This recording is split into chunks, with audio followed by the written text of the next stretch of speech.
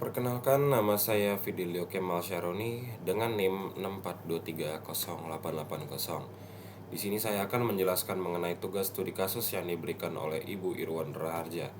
Saya akan memberikan analisis mendalam mengenai studi kasus Teknova yang berfokus pada peran krusial kepemimpinan dan komunikasi dalam mempertahankan budaya organisasi. Kita masuk soal yang pertama, itu adalah peran pemimpin dalam menjaga dan memperkuat budaya organisasi. Pemimpin bukan hanya pengelola strategi bisnis, tetapi juga arsitek dan penjaga budaya atau biasa disebut dengan culture guardian. Dalam kasus Teknova, budaya inovasi dan kolaborasi meluntur karena pemimpin baru yang gagal menjalankan peran-peran ini. Peran-peran berikut itu adalah: yang pertama, role modeling atau kita disebut keteladanan. Pemimpin adalah cerminan budaya. Jika budaya yang diinginkan adalah keterbukaan, maka pemimpin harus menjadi orang pertama yang transparan dan mudah diakses. Bisa kita lihat dari analisis kasus di Teknova. Pemimpin baru bersikap kaku dan terpusat. Karyawan meniru perilaku ini dengan menjadi pasif dan tertutup, sehingga budaya kolaboratif mati secara perlahan. Lalu kita masuk ke sistem penghargaan dan saksi ya. Nomor 2, atau biasa disebut dengan reinforcement. Budaya diperkuat oleh apa yang dihargai oleh pemimpin. Jika pemimpin hanya menghargai kepatuhan dan mengabaikan inisiatif kreatif, maka inovasi akan berhenti. Pemimpin harus secara aktif memuji dan mempromosikan kerjasama tim untuk mempertahankan budaya lama. Lalu yang ketiga adalah reaksi terhadap masalah, atau bisa disebut dengan crisis handling. Cara pemimpin bereaksi terhadap krisis atau pengambilan keputusan mendefinisikan nilai organisasi. Pengambilan keputusan yang tidak melibatkan karyawan mengirimkan sinyal bahwa suara Anda itu tidak penting, yang bertentangan langsung dengan nilai keterbukaan Teknova. Lalu yang keempat ada desain struktur dan proses. Pemimpin berwenang mengatur alur kerja untuk menjaga budaya kolaboratif.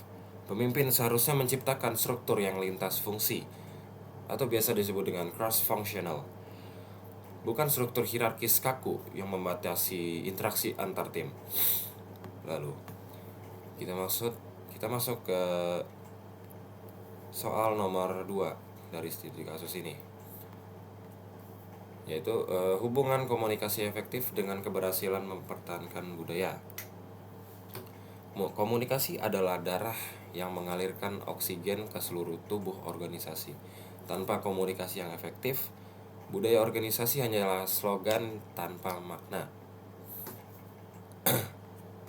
Antara lain adalah: yang pertama, komunikasi adalah membangun kepercayaan atau trustworthy. Budaya kolaboratif seperti budaya asli Teknova sangat bergantung kepada trust. Hubungan komunikasi yang terbuka dan dua arah membuat karyawan merasa aman untuk berbagi ide tanpa takut dihakimi. Dampak yang dialami di Teknova ketika komunikasi menurun dan menjadi satu arah, kepercayaan karyawan terhadap manajemen itu akan hilang. Tanpa kepercayaan, kolaborasi tidak mungkin akan terjadi. Lalu komunikasi sebagai alat penyelarasan, atau biasa disebut dengan alignment.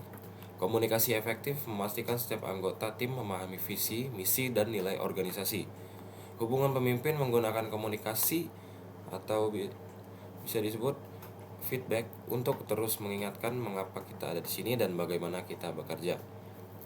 Dampak di Teknova itu kurang lebihnya adalah kurangnya pelibatan karyawan dalam keputusan, berarti terputusnya penyelarasan nilai. Karyawan tidak lagi merasakan atau memiliki tujuan yang sama dengan perusahaan. Dan umpan balik sebagai mekanisme koreksi, yaitu budaya yang sehat dan membutuhkan mekanisme koreksi adalah hubungan komunikasi efektif memungkinkan bottom up feedback, atau artinya adalah umpan balik dari bawah ke atas. Ini memberitahu pemimpin jika ada kebijakan yang merusak budaya.